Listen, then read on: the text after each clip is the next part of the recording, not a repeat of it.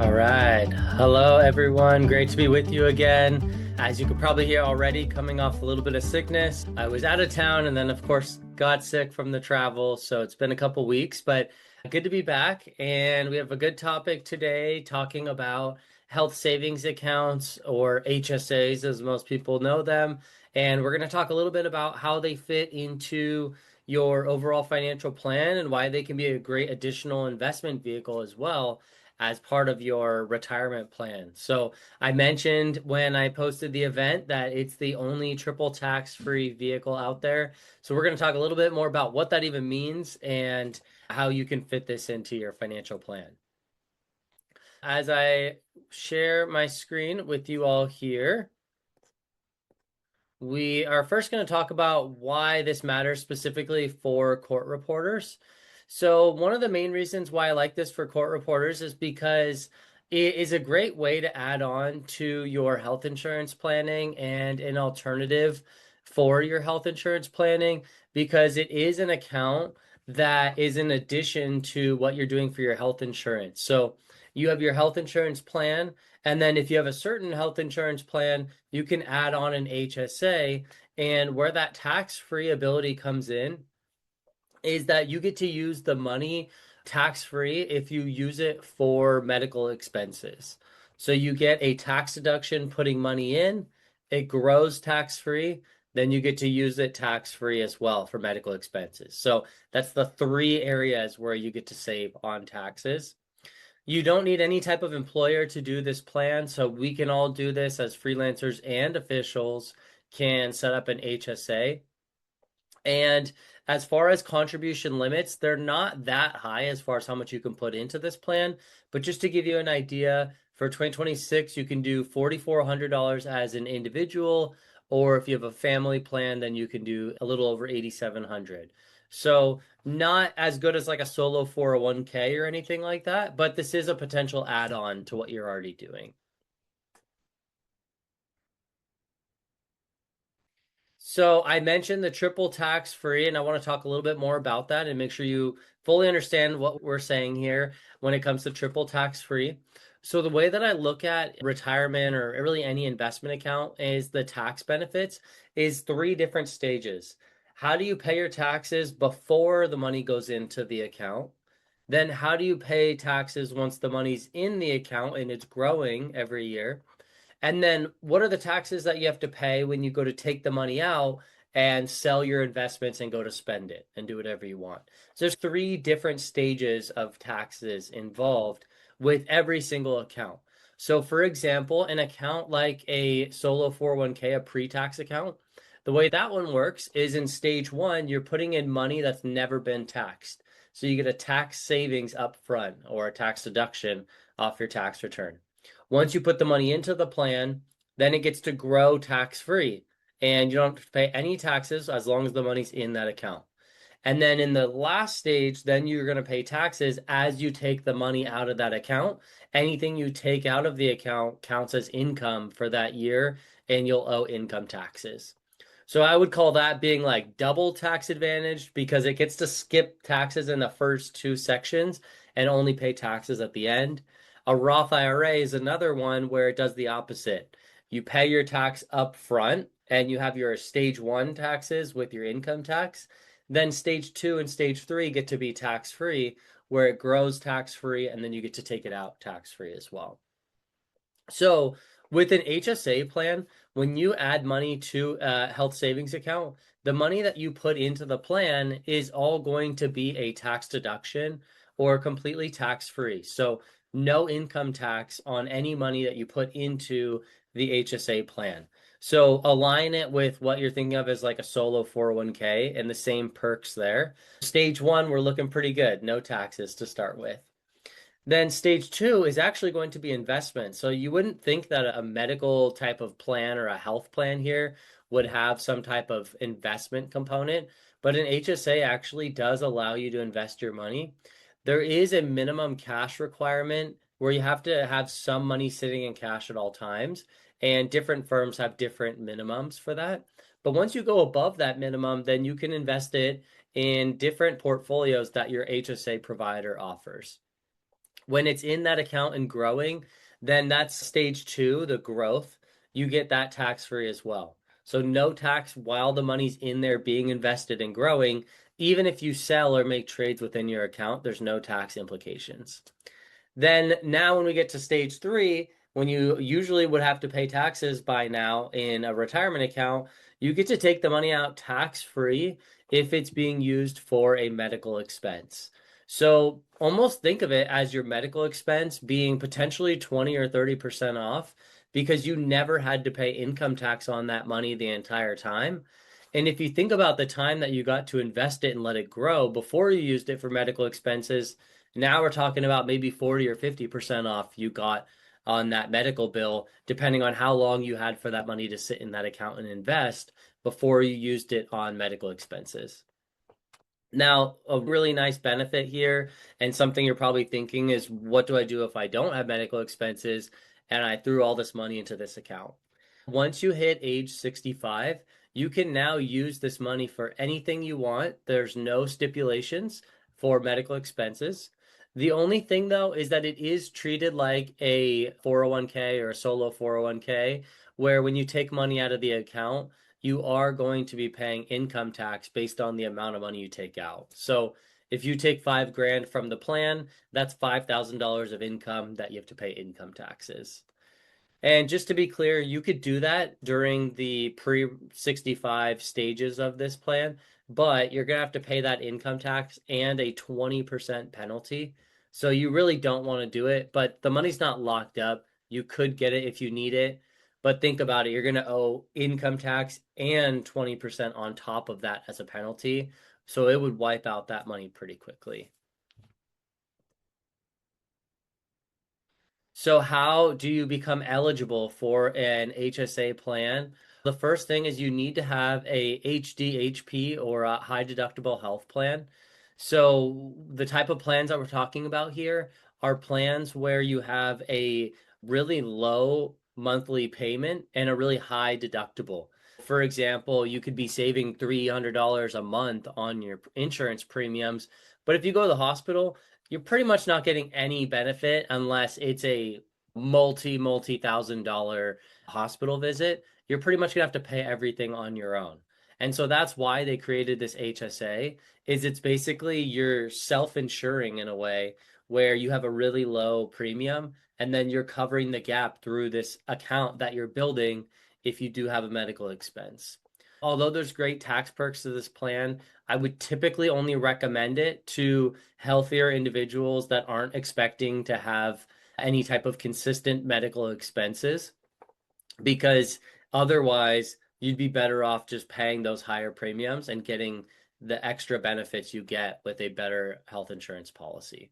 So this is really for someone who isn't going to be going to the doctor unless there's some type of emergency, and their money's going to be able to sit there for quite a few years, hopefully, before they would ever have to touch it, or at least not touch very much. There are deductible minimums here, but I rarely see anything close to this where your deductible has to be at least 1,700 as an individual or 3,400 as a family to qualify as a high deductible health plan. I usually see this a lot higher as like $5,000, $8,000, something like that. It's usually quite a bit more. The last thing here, and this probably isn't relevant to too many of you, but you cannot contribute to an HSA once you're enrolled in Medicare. So if you reach age 65 and you are still working and you sign up for Medicare, you cannot keep contributing to the HSA. So you have to stop those contributions. Although I mentioned the strategy of being able to build this money and then getting 50% off of your medical expenses, we could actually take this a step further and really turn this into a pretty insane retirement plan for you. And the way that we do that is first and foremost maxing out the HSA. I would stick to traditional retirement accounts first. And then if you want to save even more, then you can look at doing this, or at least putting a significant chunk of your savings into a traditional retirement account, like a solo 401k, a SEP, a simple, one of those plans. I wouldn't start with this, but it is a great add-on to what you're doing with your other retirement accounts. But you put a lot of money or max out this plan, And then instead of actually paying your medical expenses with your HSA, you pay them out of pocket. So you just pay them with your regular credit card, debit card, whatever that's not the HSA plan. And you save your receipts and you build a folder and you just stockpile every single year all of these medical receipts.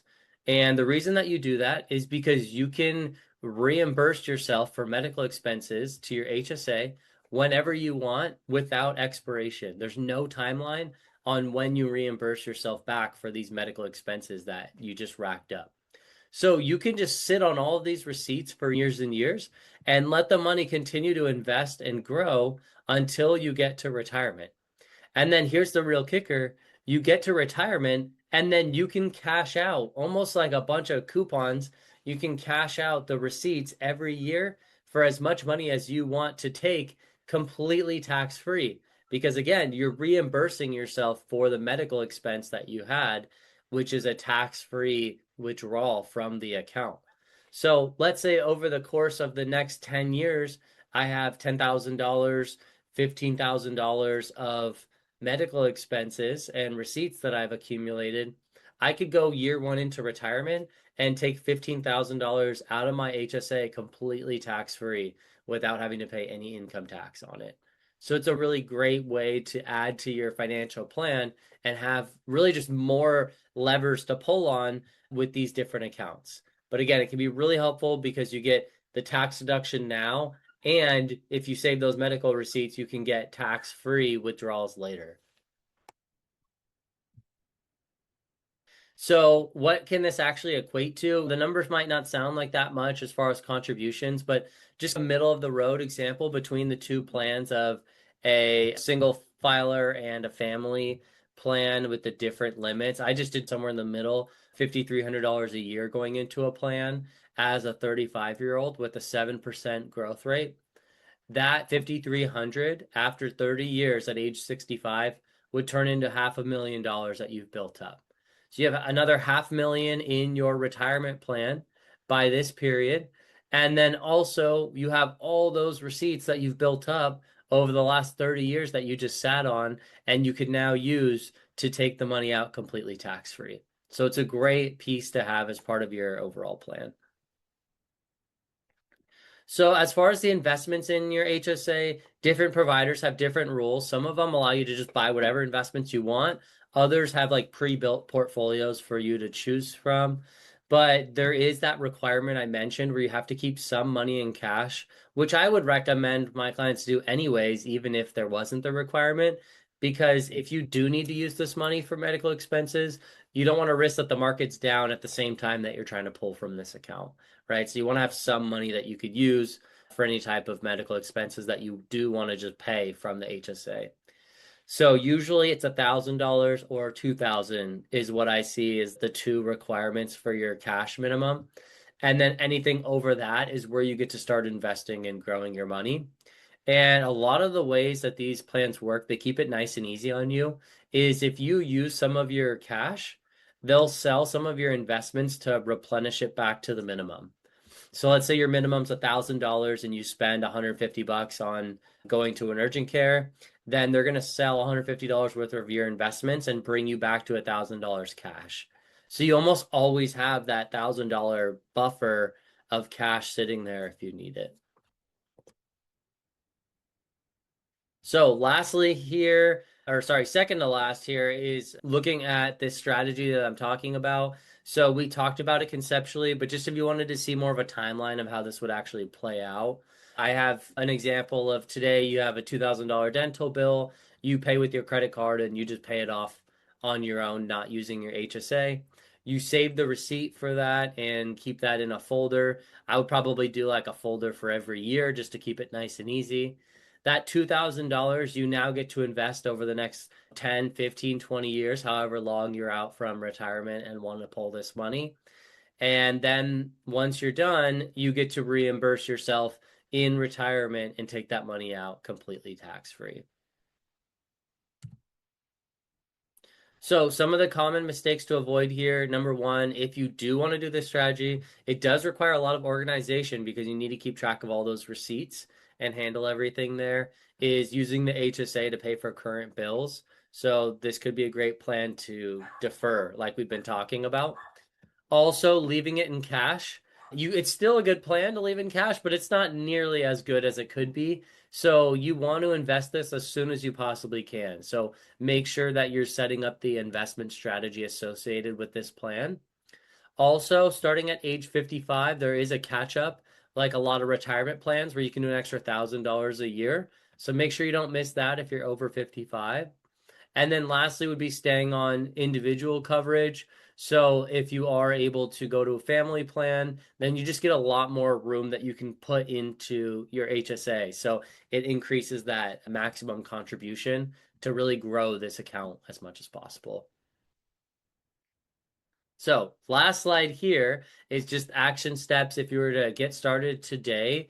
First, you cannot even do this if you don't have a high deductible health plan. So, you got to make sure you have that plan. If you don't have it now, then save this and put it in your calendar and come back in November timeframe and you'll be able to enroll for your new health insurance plan for 2027 and you can review and pick one of the HDHP plans instead. Also, if you do have this and you're able to do it, then set up an HSA. You set up the HSA with different investment firms. You don't set it up with your health insurance plan. And when you do set it up, you put in your health insurance plan number throughout that process. So that's how the two are linked. I use Lively for myself and I recommend it to clients. They have a nice user interface and an app, and it's really easy to track everything. So I really like using them, and a lot of their options are no cost to you, so it could be a great plan. From there, as I mentioned in almost every webinar, is you want to automate. Automate. If you can set this up to just happen every single month that you're contributing to your HSA, just makes life a whole lot easier and you don't have to worry about it. It's just like another transaction that happens accidentally, and next thing you hit your $4,000 limit at the end of the year. So it just makes things really easy. And then, of course, if you're going to wait to reimburse yourself later, it's not going to work well if you don't save those receipts. So make sure you build a folder in a OneDrive folder or Google Drive, something like that, and keep track of all those receipts and sit on them for the future. And you're going to have a bunch of tax-free money that you can pull from in retirement. So if you want to talk more about this and your specific situation, feel free to shoot me an email and we can get a time set up to talk about it. As always, everything that we do is all incorporated within an overall financial plan. So if you want to know more on how this fits within your overall financial plan and whether it's a good fit for you, we can definitely talk about that. If you do have any general questions, feel free to leave them in the comments and I'll be happy to get those answered. But that's everything for today. Good to be back with you all, and I'll see you all next time.